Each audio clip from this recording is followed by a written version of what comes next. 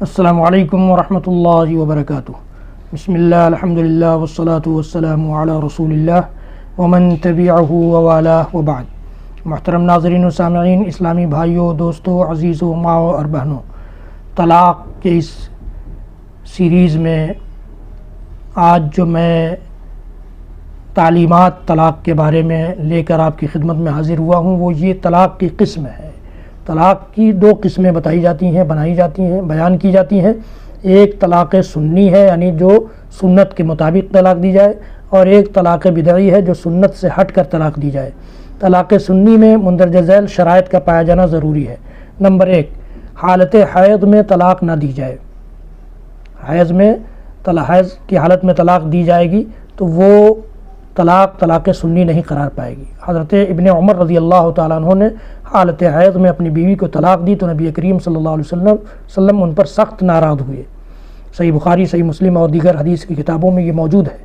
دوسری شرط یہ ہے کہ نفاس کی حالت میں طلاق نہ دی جائے۔ نفاس اس حالت کو کہتے ہیں جس میں عورت بچہ جننے کے بعد ہوتی ہے، تو ایسی حالت میں بھی طلاق نہ دی جائے، کیونکہ نفاس طہر نہیں ہوتا، پاکی کی حالت نہیں ہوتی ہے۔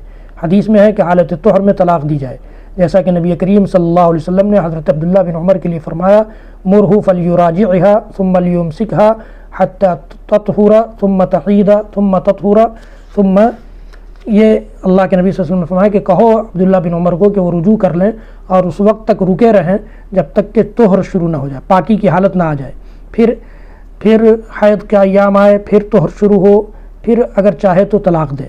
یہ روایت بھی صحیح بخاری کتاب التفسیر وغیرہ میں موجود ہے۔ نمبر 3، تیسری شرط، ایسے طہر میں طلاق دی جائے جس میں مرد نے عورت سے مباشرت نہیں کی، جمع نہیں کی ہے۔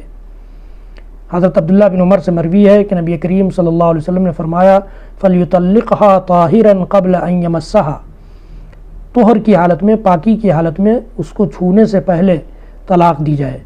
یہ روایت بھی صحیح بخاری کی ہے۔ نمبر 4، چوتھی شرط یہ ہے کہ ایسے طہر میں طلاق نہ دے جس سے پچھلے حیض میں اس نے طلاق دی ہو، یعنی حیض کی حالت میں اگر غلطی سے اس نے طلاق دے دی تو اب پھر طہر کی جو حالت آ رہی ہے اس میں طلاق نہ دے، یہ چوتھی شرط ہے۔ جیسا کہ حضرت عبداللہ بن عمر کی اسی حدیث میں ہے کہ نبی کریم صلی اللہ علیہ وسلم نے حکم دیا کہ وہ اپنی بیوی کو روک لیں حتیٰ کہ طہر آ جائے، پھر حیض آئے، پھر طہر آئے، پھر اس طہر میں طلاق دیں۔ اگر یہ شرط نہ ہوتی تو نبی کریم صلی اللہ علیہ وسلم پہلے حیض کے بعد آنے والے طہر میں ہی طلاق کا حکم دے دیتے۔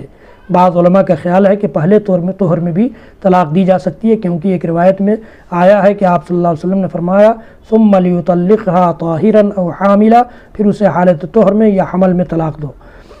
چونکہ یہاں اول و ثانی طہر کی قید نہیں ہے، لہذا جب عورت حیض کی حالت سے طہارت حاصل کر لے تو اس طہر میں اسے طلاق دی جا سکتی ہے۔ راجح بات یہ ہے کہ پہلے طہر میں بھی طلاق دی جائے گی، لیکن چونکہ گزشتہ حدیث صحیحین کی ہے اور اس میں کچھ زیادتی ہے، لہٰذا اسے بھی قبول کیا جائے گا۔ یعنی جب کسی نے دوران حیض عورت کو طلاق دی ہو تو پہلے طہر میں نہیں بلکہ ایک طہر چھوڑ کر دوسرے طہر میں دوبارہ طلاق دے گا، اور اگر ایسی صورت نہ ہو تو پہلے طہر میں ہی طلاق دی جائے گی۔ صرف پانچویں شرط یہ ہے کہ صرف ایک طلاق دی جائے، جیسا کہ اکٹھی 3 طلاق دینے والے شخص سے نبی کریم صلی اللہ علیہ وسلم ناراض ہوئے اور عہد رسالت میں ایک مجلس کی 3 طلاقیں ایک ہی شمار کی جاتی تھیں۔ یہ سارے شرطیں ہیں۔ یہ طلاق سنی کے لیے شرط ہے کہ سب سے پہلی شرط یہ ہے کہ وہ یہ حیض کی حالت میں طلاق نہ دی جائے۔ دوسری شرط یہ ہے کہ نفاس کی حالت میں طلاق نہ دی جائے۔ تیسری شرط یہ ہے کہ طہر میں طلاق، جس طہر میں طلاق دی جائے اس میں مباشرت نہ ہوئی ہو، جمع نہ ہوا ہو۔ اور چوتھی شرط یہ ہے کہ ایسے طہر میں طلاق دے جس سے پہلے طلاق نہ دے جس سے پہلے والے حیض کی حالت میں طلاق دیا ہے۔ اور پانچویں شرط یہ ہے کہ صرف ایک طلاق دے۔ صحیح بخاری، امام بخاری رحمۃ اللہ علیہ کہتے ہیں کہ سنت کے مطابق طلاق یہ ہے کہ حالت طہر میں عورت کو ایک طلاق دے اور اس طہر میں عورت سے ہم بستری نہ کی ہو، نیز اس پر وہ گواہ بھی مقرر کر لے۔ ابن قدامہ کہتے ہیں کہ مسنون طلاق یہ ہے، یعنی طلاق سنی یہ ہے کہ آدمی ایسے طہر میں عورت کو طلاق دے کہ جس میں اس نے عورت سے ہم بستری نہ کی ہو، پھر عورت کو چھوڑ دے حتیٰ کہ وہ اپنی عدت پوری کر لے۔ امام مالک، امام احمد، شافعی نے بھی اسے ہی طلاق سنی قرار دیا۔ امام مالک، امام ابو حنیفہ رحمۃ اللہ علیہ کہتے ہیں کہ سنت یہ ہے کہ عورت کو 3 طلاقیں دے، وہ اس طرح کہ ہر طہر میں ایک ایک طلاق دے۔ یہ امام ابو حنیفہ رحمۃ اللہ علیہ کا قول ہے۔ یاد رہے کہ دوران حمل دی گئی طلاق سنی ہے اور جائز و مباح ہے، جائز ہے وہ، جیسا کہ حضرت ابن عمر رضی اللہ تعالیٰ عنہ سے مروی روایت میں اس سے پہلے گزرا کہ آپ نے حکم دیا کہ ثم لیطلقها طاہرا او حاملا، اسے حالت طہر میں یا حمل کی حالت میں طلاق دو۔ تو یہ طلاق سنی طلاقیں تھیں جو آپ کے سامنے رکھی گئی۔ طلاق بدعی اس طلاق کو کہا جاتا ہے جس میں ان صورتوں کے علاوہ جو طلاق ہو وہ طلاق سنی قرار دیا جاتا ہے، طلاق بدعی قرار دیا جاتا ہے، اور وہ حرام ہے۔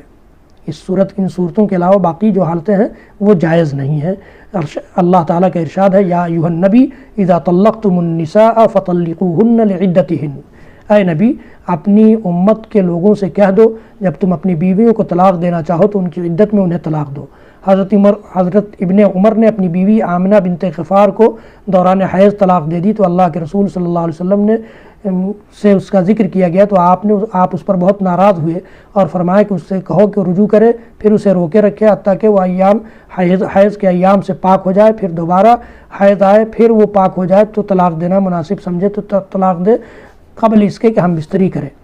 یہ فَتِلْكَ الْعِدَّةُ كَمَا أَمَرَهُ اللَّهُ، یہی وہ عدت ہے جس کا اللہ تعالیٰ نے حکم دیا ہے۔ ان واضح نصوص کے مخالف ہونے کی وجہ سے طلاق بدعی حرام ہے، طلاق بدعی حرام ہے۔ اب اس میں واقع ہونے نہ ہونے میں اختلاف ہے طلاق بدعی کے، جو آئندہ کے ویڈیو میں ہم اور آپ جانیں گے۔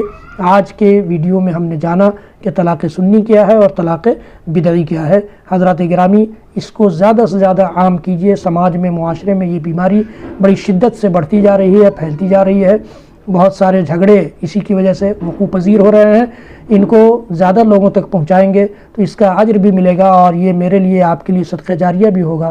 میرے چینل کو سبسکرائب کیجئے، بیل آئیکن ضرور دبائیے، لائک بھی کیجئے۔ اللہ رب العالمین ہم سب کو کہنے سننے سے زیادہ عمل کی توفیق دے۔ وصلی اللہ تعالی علی نبینا محمد وعلی آلہ وصحبہ وسلم، وآخر دعوانا ان الحمد للہ رب العالمین، والسلام علیکم ورحمۃ اللہ۔